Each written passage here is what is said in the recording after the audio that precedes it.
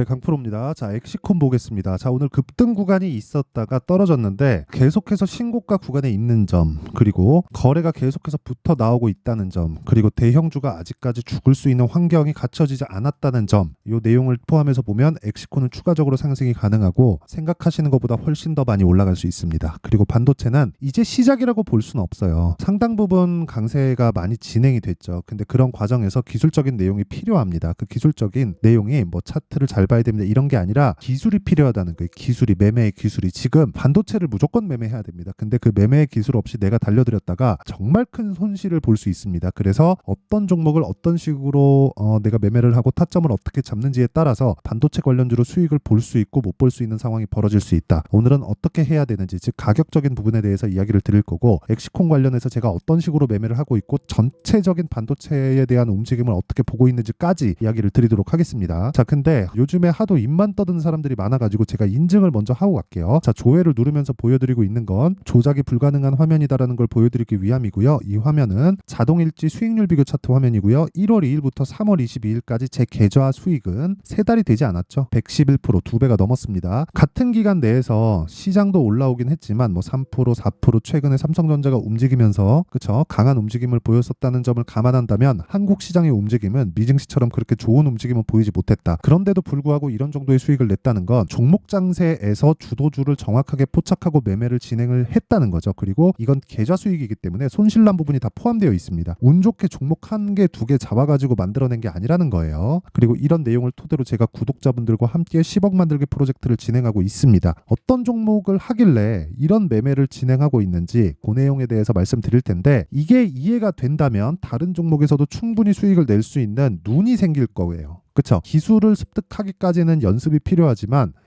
어떤 종목을 해야 되는지는 반드시 알게 될 겁니다. 자, 내용 한번 보시면 자람 테크놀로지 나오죠. 제가 실제 매매한 타점이 정확하게 나오는 그런 화면이고요. 하나, 둘, 셋, 3거래일 동안 74.8%의 수익. 그런데 공략한 시점은 언제예요? 돌파 구간. 그렇죠? 그리고 이런 내용은 여기 아까 전에 말씀드렸었던 10억 만들기 프로젝트를 진행하는 소통방에서 다 공개를 합니다. 3월 11일 자람 테크놀로지 시장가 매수 8시 53분 장시장 전에 다 이야기를 드리고요. 그렇죠? 정확하게 시가 체결된 이후에 상한가 그 다음날 매도 74.8%. 그렇죠? 무조건 돌파 구간의 매수를 해야 됩니다. 왜? 주식은 가격이 먼저 반영하니까. 자, 오늘자 같은 경우에도 제가 반도체에 계속해서 집중을 하고 있고, 자 보세요. 엑시콘. 자, 내용 보시면 어떻습니까? 제가 15%의 수익을 3월 7일 날 냈습니다. 그런데도 불구하고 추가적으로 올라오니까 다시 매수 구간을 또 잡는다. 그렇죠? 올라오는 부분을 확인하고 나서 매수 구간을 또 잡는다. 이걸 뭐라 그래요? 불타기라고 한다. 그렇죠. 물론 이때 제가 전량 매도를 하기는 했지만 올라오면서 내가 매수하는 환경을 지속적으로 만드는 것, 이게 가장 중요한 매매의 기술입니다. 자, 그 밑에 PSK 홀딩스. 자, 내용 보면 어떻습니까? 어저께도 매수, 오늘도 매수, 오늘도 장중 급등, 이런 상황을 지속적으로 만들고 있죠. 높다고 생각하시겠지만 이미 수익을 봐놨어요. 그리고 다른 반도체 종목들도 제가 계속해서 매매를 하고 있죠. 뭐 네페스 아크나 이런 종목을 보더라도 반도체 쪽이죠. 32% 수익, 2월 21일. 자, 보세요. 하나, 둘, 셋. 3일 동안 매수하고 그 다음날 매도 32%. 그렇죠? 업종을 가리지 않습니다. HLB 제약 어떻습니까? 매수, 이틀 뒤에 매도, 19% 수익, 다시 매수, 어제 급등, 오늘도 강세. 그렇죠? 모두 돌파 구간에서 이루어진 일이고요. 가격에 대한 이해가 돼야지만 이런 매매가 가능합니다. 내가 정말 가격에 대해서 이해를 하지 못하겠고 어떤 식으로 매매해야 될지 모르겠다 하시는 분들은 소통방에 들어오시면 되고 다 무료로 진행합니다. 그래서 구독과 좋아요 요거 눌러주시고요. 상단에 있는 전화번호로 10억이라고 문자 보내주시면 제가 소통방 입장 링크를 순차적으로 공유를 해드리도록 하겠습니다. 자, 그러면 제가 어떤 류의 종목을 매매하는지 알았으니까 이 내용을 토대로 우리가 엑시콘을 한번 보겠습니다. 엑시콘은 지금 삼성전자의 CXL 관련주라고 알고 있죠. 근데 CXL은 뭐 나중에 어떻게 될지 모르겠지만 지금은 HBM으로 표준화가 정해져 있다고 보는 게 맞겠죠. 근데 엑시콘이 올라갑니다. 그렇죠? 왜 올라갈까요? 주식은 미래 가치를 반영해서 올라가는 겁니다. 그래서 HBM 관련주 패키징 기술을 이것 찾고 저것 찾고 한다고 해서 내가 수익이 나는 게 아니에요. 패키징 기술을 가지고 있다고 하더라도 시세가 올라오지 않으면 그건 말짱 도루묵이기 때문에 우리가 패키징 장비 종목이 어느 종목인지를 먼저 파악하는 것도 중요하지만 그것보다 더 중요한 게 반도체 종목군들 중에 강한 종목이 어떤 류의 종목들이 있는지부터 파악하는 게 내가 돈을 가장 빨리 버는 길입니다. 빨리 번다고 해서 단타를 치라는 게 아니에요. 그쵸? 가격을 먼저 보라는 겁니다. 가격을 먼저 보고 시세 형성이 됐다는 건 이 종목군에 돈이 들어왔다는 내용이 되기 때문에 우리가 이 내용을 토대로 매매를 할 수 있는 타점을 만드는 게 중요한 거지. 그쵸? 관련돼 있는 뭐 패키징 기술을 가지고 있는데 주가 안 올라 그런 종목들이 있어요. 그치요? 굳이 패키징 기술이 아니라고 하더라도 반도체 종목인데도 불구하고 뭐 두산 테스나나 이런 종목들 보면 어때요? 내려가잖아요. 그러니까 이런 종목군에서 내가 반도체라고 그냥 계속해서 물고 있지 말라고요. 만약에 삼성전자가 떨어진다고 생각해 보세요. 근데 그 과정에서 반도체 관련주라고 있는 게 약한 구간에 있었어요.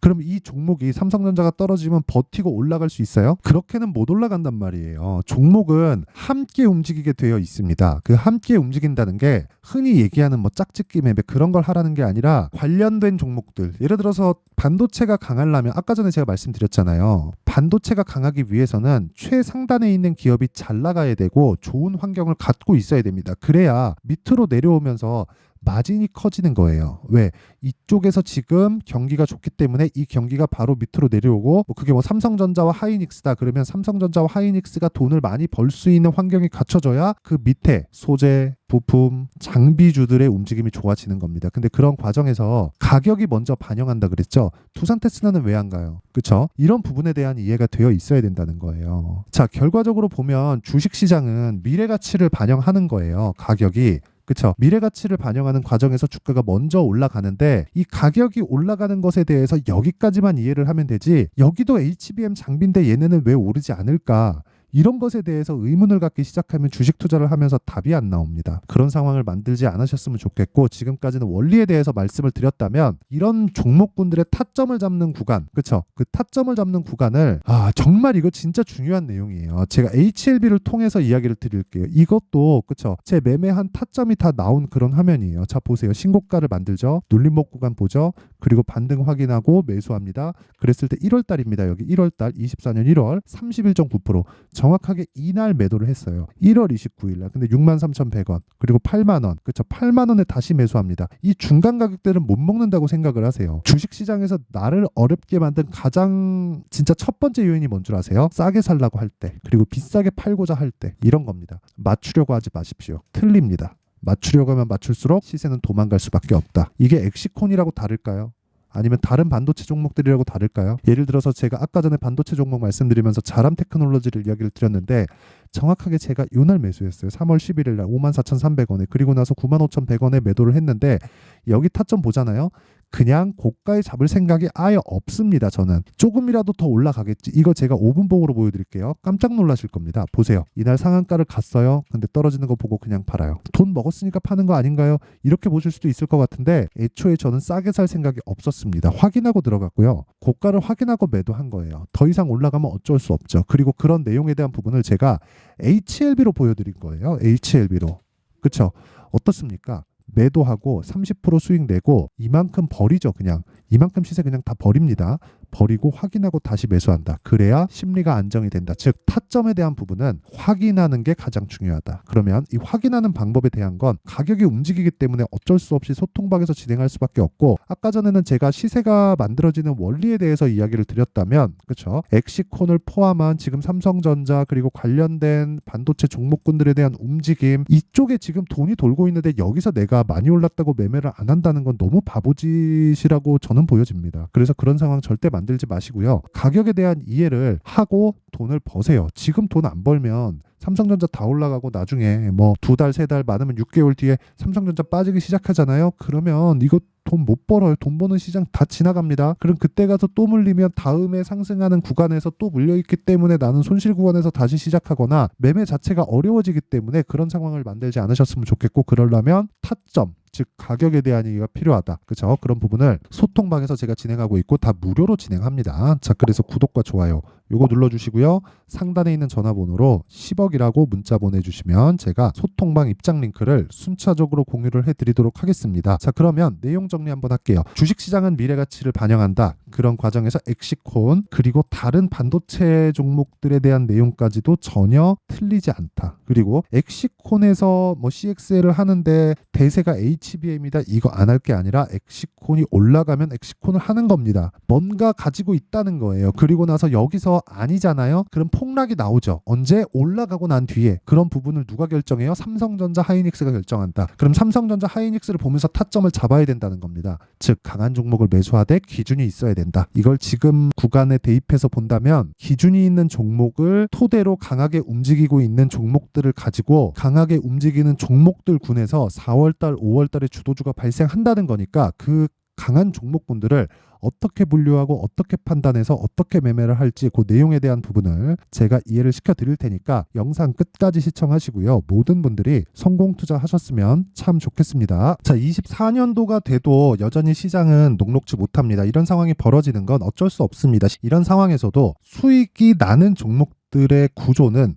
변하지 않습니다. 즉 대시세 종목에 대한 구조는 변하지 않는다는 거고 실제 제가 소통방에서 지속적으로 이야기를 드리고 있는 내용도 대시세 종목이나 시장 주도주를 공략하는 건 철저하게 가격 분석을 하라고 이야기를 드리고 가격 분석 이후에는 이슈에 대한 파악 그리고 이슈를 파악하고 나서는 다시 내가 얼마에 매수할지 그 타점에 대한 부분을 지속적으로 언급을 하고 있습니다.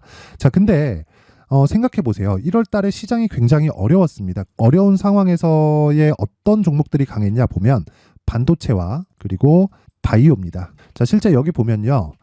HLB에 제가 실제 매매한 내용을 띄워놓고 보여드리고 있는데 1월 22일부터 매매를 시작해서 4일 동안 31%의 수익 마감이 됐고요. 그리고 여전히 신고가 종목입니다. 자, 그리고 그 다음 어보브 반도체 이름을 보시다시피 반도체 종목이죠. 그리고 AI 반도체는 지속적으로 강세를 보이고 있습니다. 이 종목도 신고가를 먼저 달성한 이후에 제가 21%의 단기간에 21%의 큰 수익을 내고 마감이 됐습니다. 다시 재공략을 준비하고 있고 이런 부분은 소통방에서 다 공유를 해드립니다. 자, 그리고 그 다음 코세스. 자, 코세스 같은 종목도 당연히 그쵸 신고가 종목이고요. 그리고 반도체 종목입니다. 이 종목도 영업일 기준에서 이틀 동안 대략 한 15%의 수익 마감이 됐습니다. 내용을 한번 보시면 어떻습니까? HLB를 포함해서 뭐 30%, 20%, 뭐 15% 이런 식의 수익이 지속적으로 발생하고 있는데 이 세 종목 모두 다 신고가 종목이고 1월 달에 시장이 약세를 보이고 있는 구간에서도 강했었던 그런 종목입니다. 특징점이 하나 있는데 그 이슈에 앞서서 가격이 먼저 반영했다는 거죠. 자, 근데 그게 기업 밸류업 프로그램이라고 하죠. 그 종목들도 마찬가지입니다. 오늘은 그 부분에 대해서 이야기를 드릴 텐데 그렇게 제가 가격을 먼저 보고 이슈에 대해서 파악하는 이유는 결과적으로는 큰 시세를 먹기 위한 사전 준비 작업입니다. 실제로 큰 시세를 먹기 위해서 사전 준비 작업을 했을 때 여기 레인보우 로보틱스 127% 그리고 ISC 98% 그리고 한미반도체 97%의 큰 수익을 내는 상황을 만들 수 있습니다. 어떤 식으로 소통방에서 진행됐는지 그쵸? 그 상황을 제가 이야기를 드린 건데 이런 상황도요 당연히 신고가를 공략했을 때 가능한 겁니다. 자, 그러면 이번에도 마찬가지입니다. 그쵸? 정부 주도의 코리아 디스카운트 해소 방안이 2월 달에 발표를 하고요. 그리고 2월 달에 발표된 내용을 토대로 주가가 움직이는 게 아니라 이미 움직인 내용이 있죠. 실제 이 내용은 크게 중요한 게 아니라는 겁니다.